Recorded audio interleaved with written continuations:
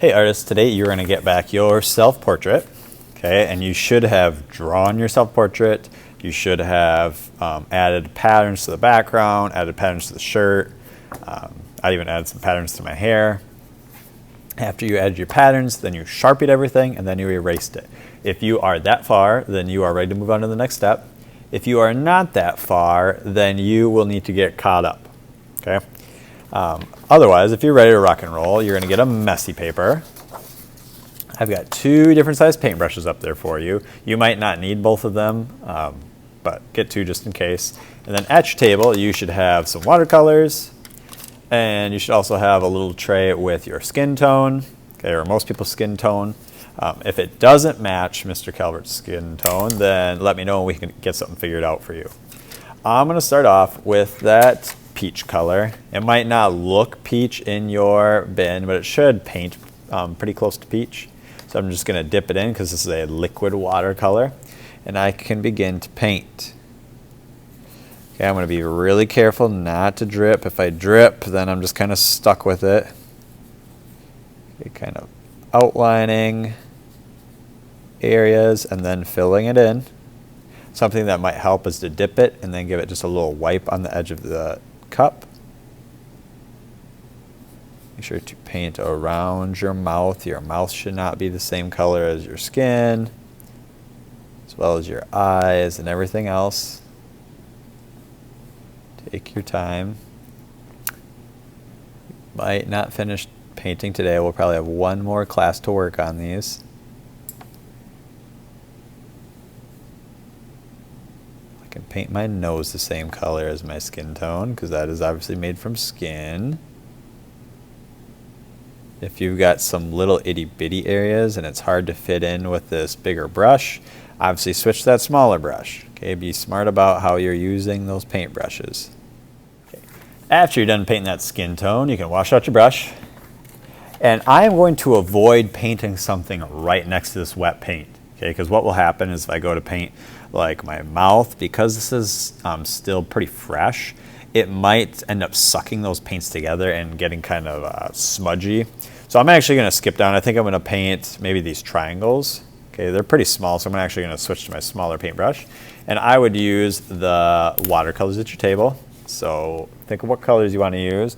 I think I might do some red and green. So I'm going to get a little bit of red, getting your brush wet, and just giving that a little rub. And I can carefully fill that in. If you start to run out of paint, then obviously get your brush wet and dip it back in. If your paints are super duper wet, then you might not even need to get water on them. You might be able to just dip them right in. Okay, so I added red into those. Now I don't want to go and paint that bigger triangle because now all those red spots are wet. All right, and we don't want that red to suck in with the green that I'm going to put there. So maybe I'll go down to my shirt. I'm going to do some blue for these polka dots.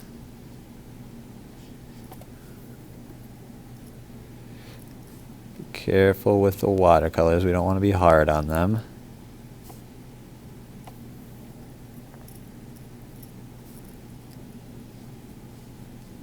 I like to outline things first, and then I fill in the middle. That just kind of gives me a nice little barrier so I don't accidentally go outside the lines. And I'm going to do my lips.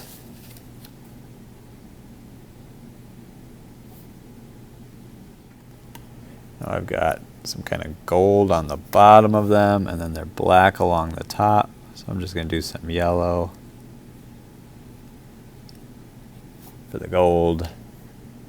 And I'll do black along the top, and you're just going to go along and you're just going to fill in your artwork. Now, I don't expect you to finish it today. We will probably have one more class to work on these. Okay, you might be wondering about your hair. I guess that's something maybe I should explain. Finish up these glasses quick. I probably should have let this yellow dry a little bit longer now that I think about it.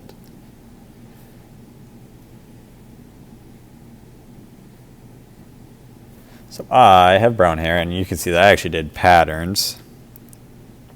So maybe what I'll do is, maybe I'll paint everything brown, because I have brown, really dark brown hair.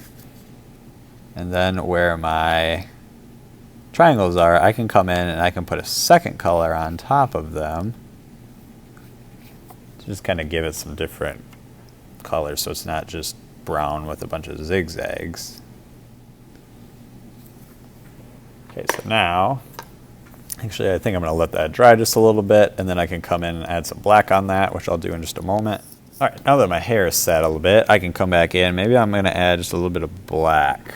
I'm going to want it to get fairly wet because I don't want it to be too dark.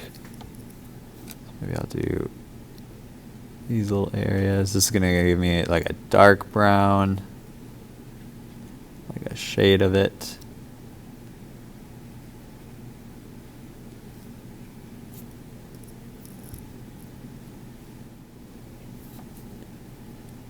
Okay, I could also just take some more brown. I could go on top of maybe these, and this is going to give me a darker brown.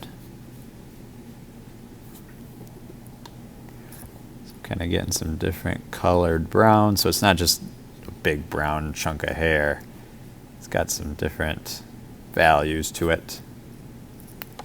But that also only depends on if you did patterns on your hair. Some of you might have chose not to do patterns on your hair. Okay, so I actually like that hair. I'm probably going to be done with that. And you guys are just going to continue working all class. If you finish, great. If you don't finish, we'll probably spend one more class on these. Remember to clean up after yourself when you are finished.